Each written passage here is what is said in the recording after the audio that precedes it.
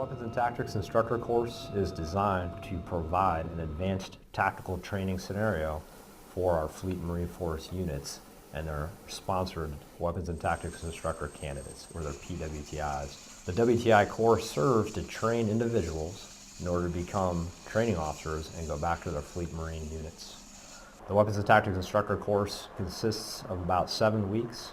3.5 weeks of it is an academic period of instruction, and then 3.5 weeks is a flying instruction. So 7 weeks total, designed again to produce WTIs to support the fleet training. The purpose of a WTI is to serve as a training officer in a fleet unit. So a WTI will graduate the Weapons and Tactics Instructor course, and then he'll go back to the fleet and he'll serve in those key training officer billets throughout the Marine Corps in every squadron. His purpose is to develop a training plan for that squadron in accordance with the Weapons and Tactics training program, as well as to meet the intent of the commanding officer of that unit for his training and guidance. He also serves as a platform SME, a weapons SME, a mission planner and integrator, and a joint integrator to help that unit integrate into a joint environment. He'll also serve as a tactical risk manager for that unit, particularly when it comes to training and combat operations. To fully operate a WTI course requires support from a wide variety of sources. Particularly within the Marine Corps, MOTS 1 consists of about 220 officers and enlisted Marines. We're very top heavy, but those 200 to 220 folks are the core of MOTS 1, and then when WTI happens, they form the nucleus for all of the supporting units that come in. The field units will come in and we'll bring in an entire Marine Air Control Group, elements of Marine Wing Support Squadron, all to help support WTI operations. We'll also bring in units from the Fleet Marine Force, i.e. aircraft. MOTS 1 doesn't own any aircraft, so the Fleet Marine Force will provide aircraft in order to sponsor the WTI course. So with that, they send the maintainers and all the different support units required. All those elements in the Marine Corps will come in to help support WTI.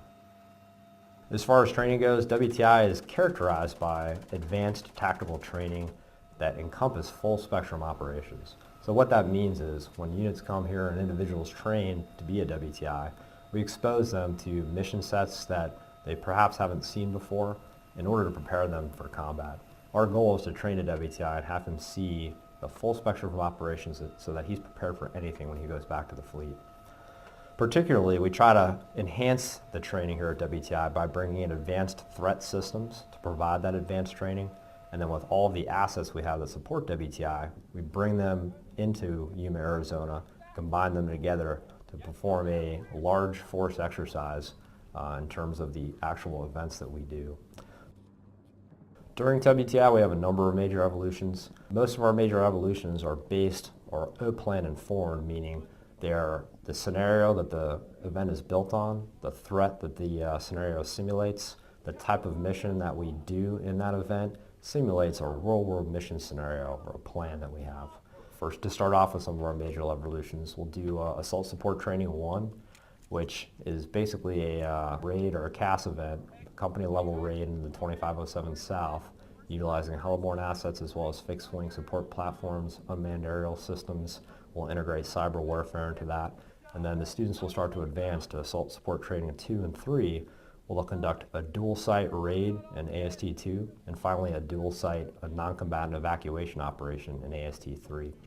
For AST3, we'll bring in a number of outside support assets to include the Department of State, as well as other support entities. We'll utilize an OPFOR comprised of role players to help facilitate that dual-site NEO evacuation. And we'll do that throughout the town of Yuma, coordinating with the Yuma City Council, as well as 29 Palms, to execute that dual-site NEO evacuation. So those are some of our major evolutions, and then we'll top that off with FINEX Week, where we'll do 3 final exercises called FINEX 1, 2, and 3.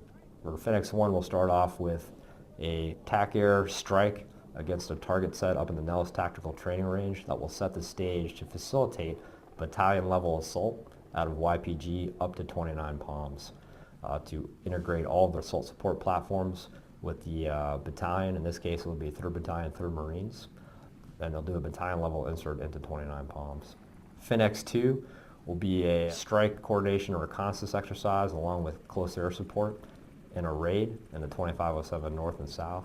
And then FINEX 3 is a combination of a strike as well as a battalion insert and extract into the 2301 East and West. WTI is important to the Marine Corps because of the product that it produces.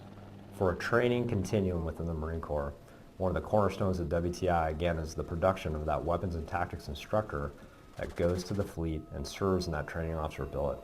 That weapons and tactics instructor is the training expert and the continuity in the fleet to ensure not only that his unit is trained, but that adjacent units can be assessed or helped to train them as well, and then serve in key staff officer billets to help facilitate training throughout the Marine Corps. They do that in a number of venues, whether that be a Marine Air Group Weapons and Tactics Instructor billet or in a mass role in the Marine Air Training Standardization Squadron. All those billets will help ensure that Marine aviation units continue to train effectively, and more importantly, they're standardized across the Marine Corps.